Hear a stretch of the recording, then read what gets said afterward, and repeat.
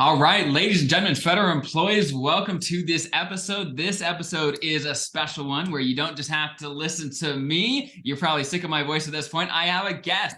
We have Kevin Moss from Checkbook. Many of you have used Checkbook. There's some big changes coming to FEHB, Medicare, Part D, tons of things that, especially as you're approaching retirement or in retirement, if you're an annuitant, there are some big things coming, and that's why we have an expert here, Kevin, with us to talk through all the big things. So Kevin, right off the bat, give the listeners, give the viewers here a snapshot of what's happening, what changes are coming into play, and how that might affect them. Sure. Well, thanks for having me, Dallin. So last summer, the Inflation Reduction Act was passed. Maybe a lot of people missed actually what was actually in that legislation, but there was some important Part D reforms that were in that legislation that have started rolling out actually already this year.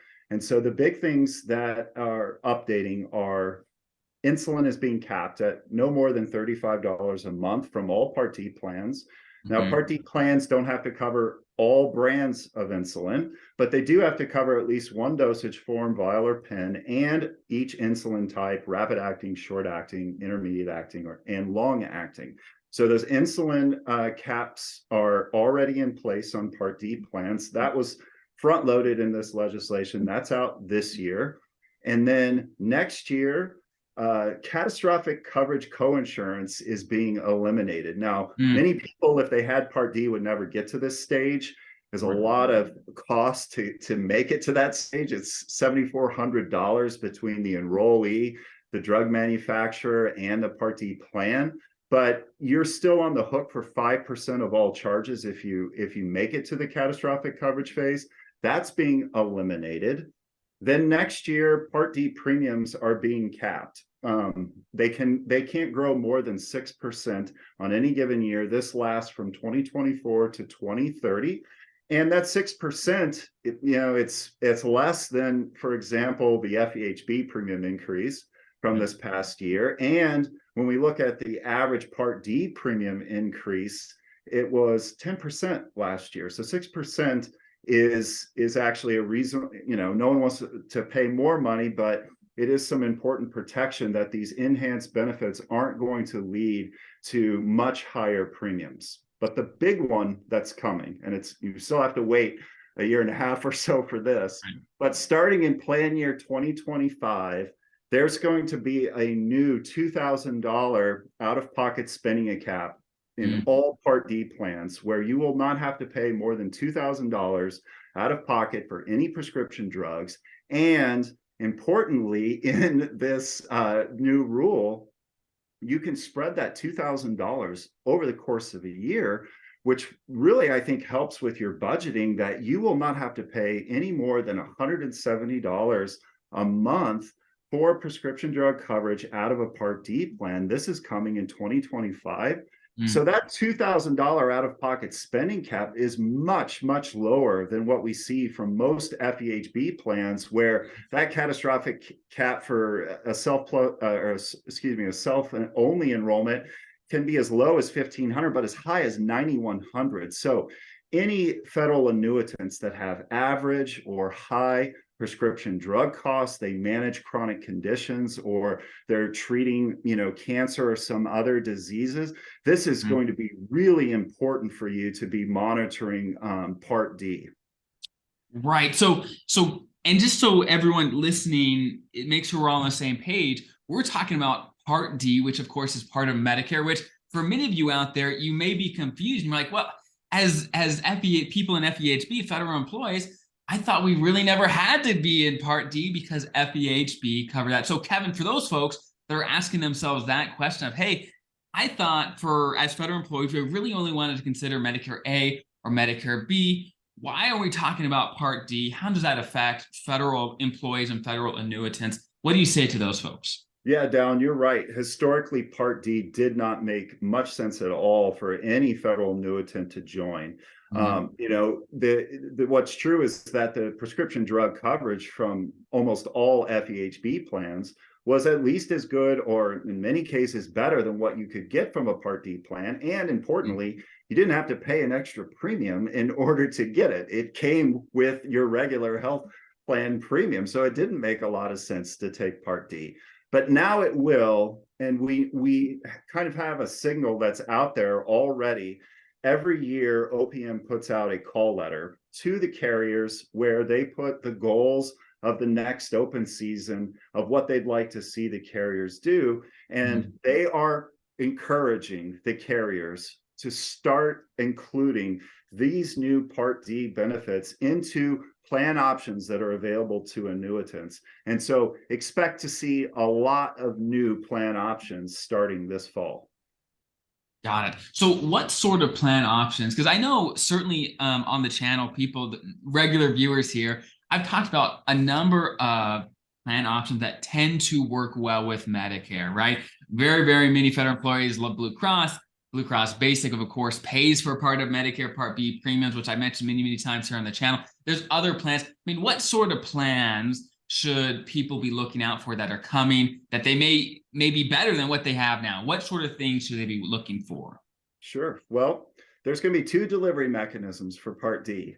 Let's talk about the first. It's FEHB Medicare Advantage plan. So this is Part C, another letter of the alphabet. So this is FEHB Medicare Advantage plans. Now, these Medicare Advantage plans, these aren't the same plans that Joe Namath is talking about when you're watching a commercial.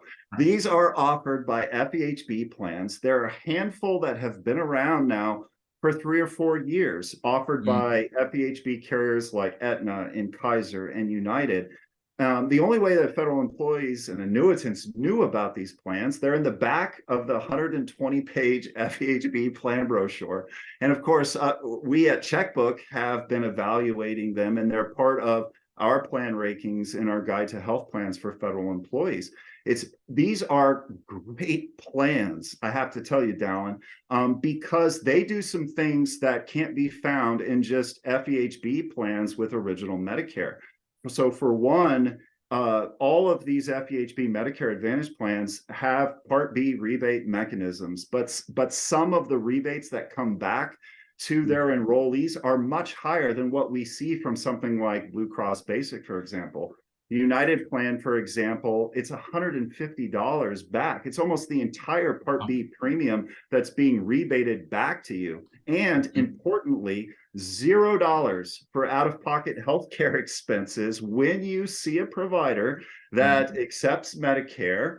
And the only thing you're left to pay is prescription drug costs. And now with these Part D reforms, your out-of-pocket prescription drug costs are going to start going way down. So these plans are really great plans. They have been great plans for a while. They're probably the least expensive plan for most folks, and expect to see more in the future. OPM is now asking carriers to offer more of these Medicare Advantage plans.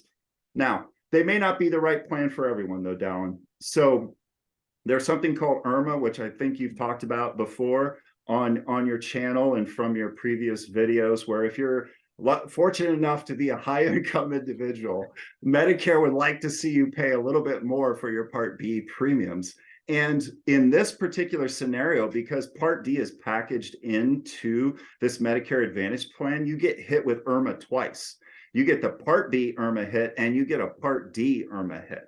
So if you are subject to IRMA and you expect your high income to persist throughout your retirement, you may want to think twice about these Medicare Advantage plans, because the financial value of joining them is going to erode due to your higher premium. A couple other things to keep in mind is that if you spend a large amount of time overseas, these FEHB Medicare Advantage plans don't have routine healthcare overseas besides the United healthcare plans. Those still do have routine overseas healthcare, but because you don't leave your FEHB plan, you still have to pay your FEHB premium when you join one of these plans. You still have your emergency overseas coverage that every FEHB plan provides. And then the final word of caution is the plans will say that you can go to any provider that accepts Medicare, but there are some examples where certain provider networks may be excluded. So you do want to do your homework, double check those provider networks, provider directories for any providers that are important to you to make sure that you will be able to continue to see those providers. Yeah, no, great points. I think I agree 100%. Watch out for if you're a high earner, maybe it doesn't make sense. Make sure the doctors you want to work with, make sure it all works right for your situation. But so Kevin, I talk to hundreds of federal employees personally, of course, thousands and tens of thousands of people via YouTube and all these different places. And I get pushback all the time of people say, hey, look, I've been on my Blue Cross plan, or I've been on this plan my entire career. Why in the world should I jump to Medicare at all when I turn 65? My plan has been great. And what you have said so far, I hope all the viewers here just really listen, where it's like, look, with these changes, especially, there's tons of advantages on being Medicare A, B, maybe getting a FEHB Medicare Advantage plan, where again, there is basically no out-of-pocket costs as long as you go to providers that accept Medicare and those things. And the total premiums are very, very low. So certainly everyone out there, definitely find a plan that makes sense for you, but definitely look into Medicare, these Medicare Advantage plans as you get closer. Now, Kevin, I know before we started recording today, you talked about comparing Blue Cross Standard, which is a classic, right, in the federal employee and annuitant community. And you were comparing that to some other Medicare Advantage plans and the cost savers. I want you to tell the viewers again, they didn't catch that because we weren't recording earlier. Please tell them kind of what you found when comparing some of those plans. Yeah, sure. So, Dallin was asking me about Blue Cross Standard, and, what would I say for people who love Blue Cross Standard? And I will say Blue Cross Standard is an amazing plan. It gets very high customer service marks. It generally has a very deep provider network. It's a plan that allows you to go out of network. It has a very deep formulary where they're covering many prescription drugs. And then I can also say that it's one of the most expensive plans available to federal employees. And so one thing that we do in the Guide to Health Plans for federal employees is we model total costs. What you pay for health insurance isn't just premium, but it's also your expected out-of-pocket costs. And when we know the primary age and we know your expected healthcare usage, we can run actuarial modeling and look at what total costs would look like for folks like you. And in the DC area, we looked at a couple with self+1 enrollment where the primary insured was age 70 and their income was below the IRMAA threshold.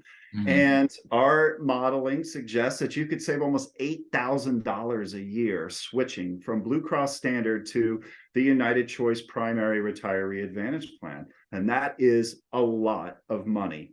And so you may be happy with Blue Cross Standard, but if you're one of those annuitants that have been on that for a while and you haven't looked at other plan options, these new Medicare Advantage plans haven't been around for a while, and perhaps you haven't looked into them. And, the one thing that's great about the FEHB system is that you only have to live with your plan for a year. Not that there's not risk if you go to a plan and it doesn't work out for you, that you may, not have some stress and perhaps, a bad outcome from a plan that doesn't cover what you need. But these plans have great coverage.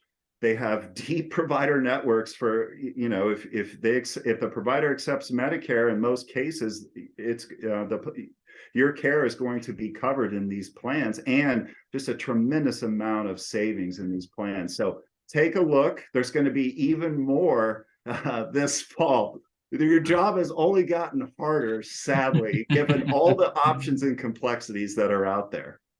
Yeah, that is right on. That is right. There's so many options out there. And I can see why many federal employees find a plan that works for them and they never change because there's so much out there. Like, where do I go to look? And so for those listening, there's really two places I would go, right? OPM has a tool. It's free, but it's not very good, where it compares different FEHB plans and some of the key aspects there. But honestly, Checkbook. So Kevin, is it checkbook.org? Did I get that right? It's guide to healthplans.org. That's Consumers it, right. Checkbook. We're the nonprofit that publishes publishes it, but it's Right. guidetohealthplans.org. Right. Dozens, if you're active federal employee, dozens of federal agencies are providing free access. Health and Human Services, State Department, Labor, Education, USPS. You can go and check to see if your agency provides free access. And then we hooked up your viewers, Dallin, with a little discount code. The guide itself is not that much. It's only about, I think, like $13.95. Not about, that is what it is. It's $13.95. Right. But your viewers have a discount code. It's HAWS FP. And you enter that at checkout, you'll save 20%. So that goes down to like $11 and change. The 2023 guide is out now. And then right before open season, we'll drop the 2024 guide. Perfect. Perfect. Well, we certainly appreciate the discount. We'll take everything we can get for our viewers here. We appreciate that. So again, check that out. I know when this video is going to be coming out, it's not going to be open season quite yet, but this is when, for all of you listening, you need to start percolating on this stuff. You need to start thinking about this stuff, because if you don't think about it until November, then it's going to be much harder to make a decision at that point. Having a game plan going in is going to make all the difference. And we're going to be doing lots of videos just like this on FEHB, giving you information you need to make the most of this decision for you. And like Kevin said, it can be the difference of $8,000. And while coverage necessarily doesn't change that much depending on the plans you're in. So thank you for listening, everyone. Thank you for spending time with us today, and we'll see you guys next time.